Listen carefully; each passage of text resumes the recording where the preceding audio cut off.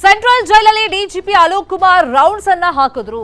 ಕೈದಿಗಳಿಗೆ ಈ ಸಂದರ್ಭದಲ್ಲಿ ಎಚ್ಚರಿಕೆಯನ್ನ ಕೊಟ್ಟಿದ್ದಾರೆ. ಅಲೋಕ್ ಕುಮಾರ್ ಬಂದ ಮೇಲೆ ಇಂಚಿಂಚು ಶೋಧವನ್ನ ಮಾಡಬೇಕು, ಕಟ್ಟುನಿಟ್ಟಿನ ಕ್ರಮಗಳನ್ನ ಕೈಗೊಳ್ಳಬೇಕು ಅಂತ ಹೇಳಿ ಜೈಲಾಧಿಕಾರಿಗಳಿಗೆ ಸೂಚನೆಯನ್ನ ಕೊಟ್ಟಿದ್ರು. ಯಾವಾಗ ಅಧಿಕಾರ ಮೊನ್ನೆ ತಗೊಂಡ್ರು ಅವಾಗಿಂದು ಕೂಡ ಒಂದಿಷ್ಟು ಸೂಚನೆಗಳನ್ನ ಕೊಟ್ಟಿದ್ದಾರೆ.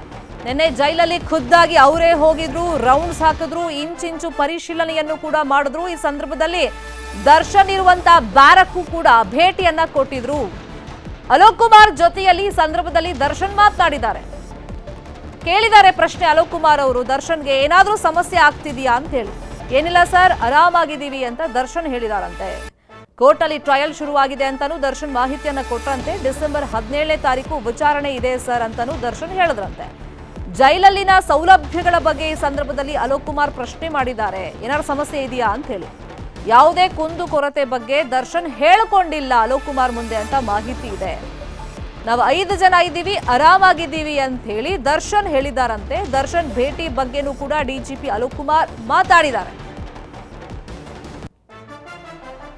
ಒಂದ್ ಕಡೆ ರಾಜಾತಿಥ್ಯ ಪ್ರಕರಣ, ಮತ್ತೊಂದ್ ಕಡೆ ಡ್ರಗ್ಸ್ ಸಿಗ್ತಾ ಇದೆ, ಗಾಂಜಾ ಸಿಗ್ತಾ ಇದೆ, ಬೇಕಾಬಿಟ್ಟಿ ಎಣ್ಣೆ ಪಾರ್ಟಿ ಮಾಡ್ತಾರೆ, ಹೀಗೆ ಹಲವು ಆರೋಪಗಳು ಏನು ಕೇಳಿ ಬರ್ತಾ ಇತ್ತು. ಅಲೋಕ್ ಕುಮಾರ್ ಅವರು ಇದಕ್ಕೆಲ್ಲ ಕಡಿವಾಣವನ್ನು ಹಾಕುವಂತ ನಿಟ್ಟಿನಲ್ಲಿ ಅವರೇ ಖುದ್ದಾಗಿ ನಿನ್ನೆ ಪರಿಶೀಲನೆ ಮಾಡಿದ್ರು. ಈ ಸಂದರ್ಭದಲ್ಲಿ ದರ್ಶನ್ ಜೊತೆನೂ ಮಾತುಕತೆಯನ್ನ ಮಾಡಿದ್ದಾರೆ.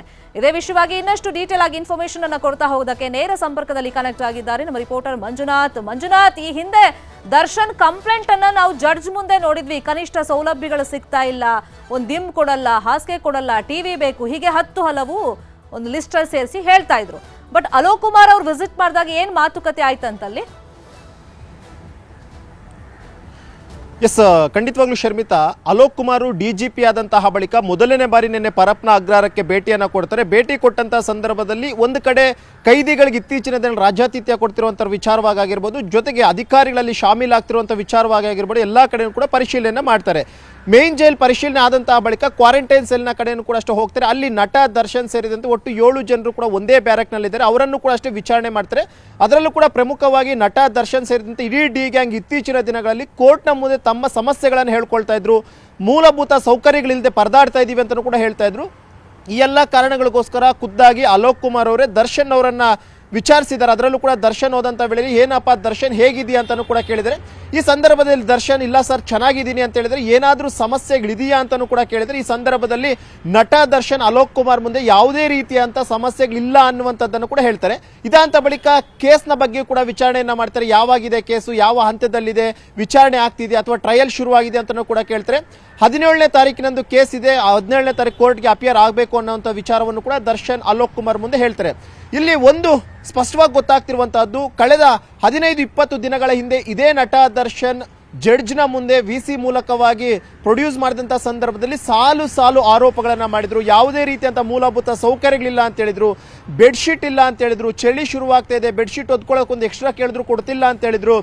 ಇಷ್ಟೆಲ್ಲ ಸಮಸ್ಯೆಗಳಿದ್ರು ಕೂಡ ಅಷ್ಟೇ ನಿನ್ನೆ ಡಿಜಿಪಿ ಅವರೇ ಖುದ್ದಾಗಿ ಅಲೋಕ್ ಕುಮಾರ್ ಇರುವಂತಹ ಬ್ಯಾರಕ್ಕೆ ಹೋಗಿ ಅಲೋಕ್ ಕುಮಾರ್ ಅವರು ದರ್ಶನ್ಗೆ ಕೇಳಿದಂತಹ ವೇಳೆಯಲ್ಲಿ ಯಾವುದೇ ರೀತಿಯಂತ ಸಮಸ್ಯೆಗಳಿಲ್ಲ, ಜೊತೆಗೆ ಚೆನ್ನಾಗಿದ್ದೀನಿ ಅನ್ನುವಂಥ ವಿಚಾರವನ್ನು ಕೂಡ ಹೇಳಿದ್ರೆ, ಇದು ಎಲ್ಲೋ ಒಂದು ಕಡೆ ಸಹಜವಾಗಿ ಒಂದಷ್ಟು ಅನುಮಾನ ಮೂಡಿಸುತ್ತೆ. ಯಾಕಂದ್ರೆ ಹಿಂದೆ ದಯಾನಂದ್ ಅವರು ಇದ್ದಂತಹ ಸಂದರ್ಭದಲ್ಲಿ ಸಾಲು ಆರೋಪಗಳನ್ನ ಮಾಡಿದಂತ ದರ್ಶನ್ ಈಗ ಅಲೋಕ್ ಕುಮಾರ್ ಬಂದಂತಹ ವೇಳೆಯಲ್ಲಿ ಯಾವುದೇ ರೀತಿಯಂತ ಸಮಸ್ಯೆಗಳಿಲ್ಲ ಅನ್ನುವಂಥ ನಿಟ್ಟಿನಲ್ಲಿ ಬಹುತೇಕ ಅಲೋಕ್ ಕುಮಾರ್ಗೆ ಹೆದರ್ಕೊಂಡು ಮುಂದೆ ಆಗುವಂತ ಒಂದಷ್ಟು ಘಟನೆಗಳನ್ನ ತಪ್ಪಿಸಬಹುದು. ಯಾಕಂದ್ರೆ ಅಧಿಕಾರಿ ತುಂಬಾ ಸ್ಟ್ರಿಕ್ಟ್ ಇದ್ದಾರೆ, ಮತ್ತೆ ನಾನೇನಾದ್ರೂ ಹೇಳಿ ಮತ್ತೆ ಅವರಿಂದ ನನಗೇನಾದ್ರೂ ಸಮಸ್ಯೆ ಆಗ್ಬೋದು ಅನ್ನೋ ಕಾರಣಕ್ಕೋಸ್ಕರ ಈ ರೀತಿಯಂತ ಹೇಳಿಕೆಯನ್ನ ಕೊಟ್ರ, ಅಥವಾ ದಯಾನಂದ್ ಅವರು ಕಮಿಷನರ್ ಆಗಿದ್ದಂತ ಸಂದರ್ಭದಲ್ಲಿ ದರ್ಶನ್ ಅರೆಸ್ಟ್ ಮಾಡ್ತಾರೆ. ಇದಂತ ಬಳಿಕ ದರ್ಶನ್ ಪರಪ್ನ ಅಗ್ರಹಾರಕ್ಕೆ ಹೋದಂತ ವೇಳೆಯಲ್ಲಿ ಕಾರಾಗೃಹ ಡಿಜಿಪಿ ಆಗಿ ಕೂಡ ಅವರು ಅಧಿಕಾರ ಸ್ವೀಕಾರ ಮಾಡ್ತಾರೆ.